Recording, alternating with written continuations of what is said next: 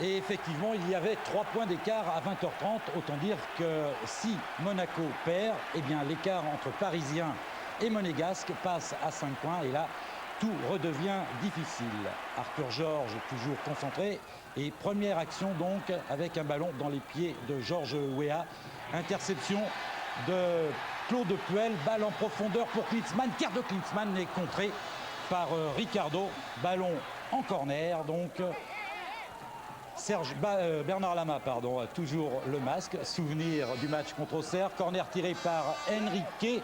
Et apparemment, même avec son masque, Lama n'a pas de problème pour capter ce ballon. 8e minute maintenant.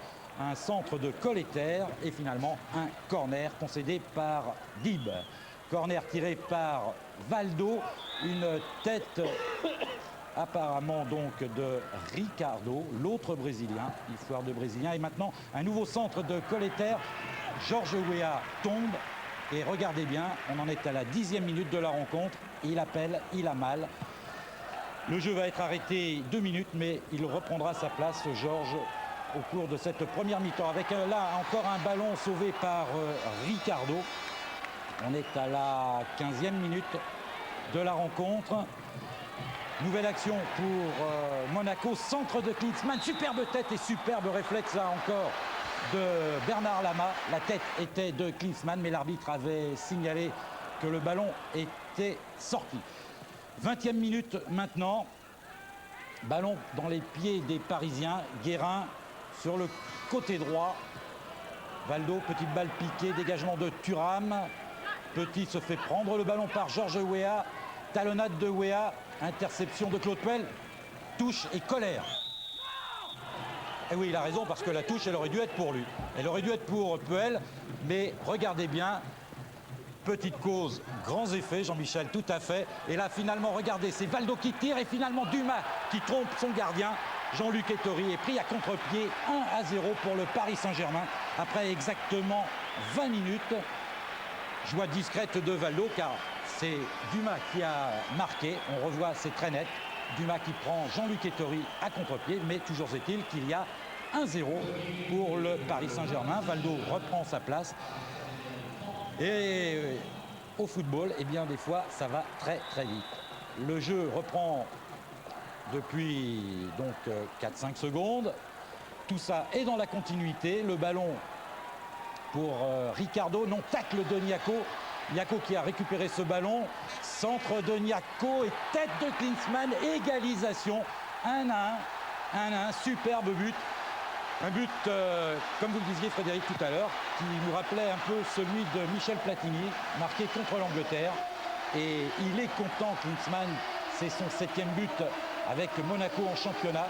Mais celui-là est important car il commençait à avoir quelques petits doutes sur sa condition. Klinsmann. Et là, il remet les 2 équipes à égalité. Les 2 buts ont été marqués exactement en 45 secondes. Gros plan maintenant, série de gros plans de Jackie Le Gall et François-Charles Bidot. Remarquable travail donc. Et Arthur, ah oui, ça c'est dur, on gagne 1-0, on pense être tranquille un petit moment. Et puis finalement, tout revient comme avant. Ballon de Pérez, combinaison, tir de Niaco largement au-dessus. Et les Monégasques, eux, bien sûr, ne veulent pas baisser de rythme. Ils sentent et ils savent que les Parisiens peuvent être fatigués. Ils ont un match de Coupe d'Europe en plus. Action là pour Ginola et touche avec Valéry qui a le numéro 15, tout simplement parce qu'il a remplacé Blondeau après une vingtaine de minutes. Thuram. Longue balle pour Petit. Une demi-heure de jeu maintenant. Petit qui, il regarde, il cherche, il n'y a personne. On va la donner loin devant pour Enrique. Et finalement, non, c'est Roche qui a récupéré ce ballon. Mais lui, là, il a remarquablement bien anticipé. Il est vite, superbement, Lama et il marque 2-1. Explosion de joie, bien sûr, sur le banc monégasque. Arthur Georges, là, lui, est complètement dépité. C'est bien normal. Il menait il y a 10 minutes 1-0 et là il se retrouve mené 2-1. But du Brésilien Enrique. Et d'ailleurs ce but, on va le revoir, c'est une histoire entre Brésiliens. Enrique qui prend ce ballon. Il va éviter Lama qui est le plus brésilien des joueurs français puisqu'il est guyanais. Et puis là, regardez bien, c'est Ricardo qui essaie d'arracher ce ballon. Il n'a pas pu. Donc 2-1 et un but encore marqué par un étranger de Monaco. Le premier était de Klinsmann. Celui-ci est de Luis Enrique. Ah, on s'en lasse pas. On s'en lasse pas de ce but. Et c'est vrai que c'est bien vu. Là, on a pensé qu'il allait peut-être tirer. Il l'a bien esquivé. Et bonne frappe. Rien à dire. 2-1 donc après exactement 30 minutes de jeu. Duel Roche-Klinsmann. On passe à la 37e minute. Vous voyez, on ne se fait pas de cadeau. Et finalement, c'est Klinsmann qui récupère ce ballon. Longue balle, changement de côté là pour Marcel Dib. Centre de Dib et tête d'Enrique dans les bras de Lama. Mais là, Lama, il commence à trouver que ses défenseurs sont un petit peu trop laxistes. Georges Weah, on le retrouve. Il bénéficie d'un corner. Il a été contré par Dumas et le corner est tiré par Valdo. Tête de Ginola et Ricardo, comme elle vient, comme il peut surtout. Malheureusement pour lui, il n'a pas pu la mettre au fond. Et on arrive donc à la mi-temps sur le score de 2-1. Marcel Dib est rigolard. Jürgen Klinsmann, lui, c'est un autre tempérament. Enfin, pour Monaco, l'affaire se présente plutôt bien. Et on passe maintenant directement à la 52e minute. Rentrée de Calderaro, alors qu'on a vu une faute sifflée. Le coup franc, là, est bien arrêté par Ettori.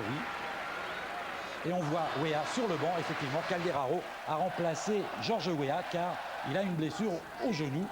On espère bien sûr que ce ne sera pas trop grave. Attention, tête de Niako est là sur la transversale. Une nouvelle occasion, une petite mêlée derrière.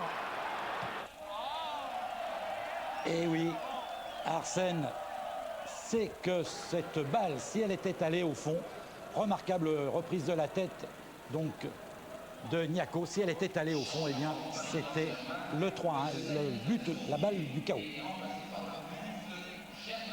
Et petite confusion, on a annoncé le remplacement de Germain. Finalement, c'est Bravo qui montre ses crampons. L'arbitre trouve qu'ils sont trop longs, alors il va aller les changer. Et ça, Arthur, il n'aime pas du tout.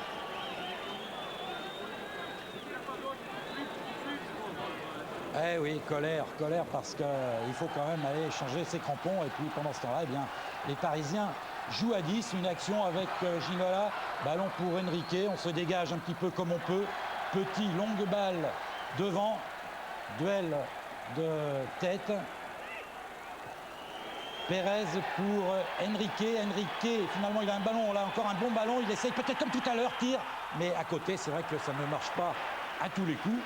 Et c'était un petit peu le même type d'action sur laquelle il avait marqué. Alors, Bravo revient sur le terrain.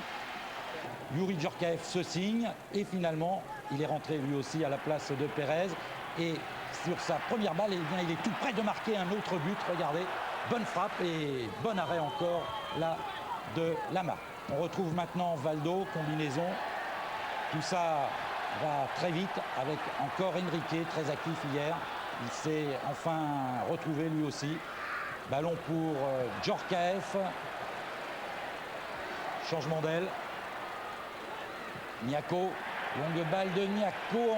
Encore pour Enrique. Frappe d'Enrique au-dessus des buts de Lama. Enrique, bien sûr, qui aurait bien aimé marquer un autre but. Valdo touche, c'est rapidement joué, ballon pour Le Guen, on joue la 78e minute, centre de Le Guen et tête de Calderaro avec encore là une remarquable intervention de Jean-Luc Ettori. Il a sauvé une balle d'égalisation. Nouvelle occasion du Paris Saint-Germain, tout le monde passe au travers, mais pas de Parisien derrière. Quant à Georges Weah, il n'y a pas le moral. 87e minute maintenant, ballon pour les Monégasques avec Djorkaeff, tir de Djorkaeff entre les jambes, 3-1 à 3 minutes de la fin. Djorkaeff est content, il sait que cette fois-ci c'est terminé. Ballon pris par Dib avec un relais de Petit et une frappe qui ne laisse aucune chance à Bernard Lama. En fait, elle lui passe entre les jambes, c'est très net sur cette image. 3-1 donc, et bonheur pour Djorkaeff qui était rentré en fin de partie donc. 3-1 pour l'AS Monaco. Les Monégasques, bien sûr, sont contents. En revanche, triste soirée pour Georges Weah. Mais Le Guen, lui, garde le moral.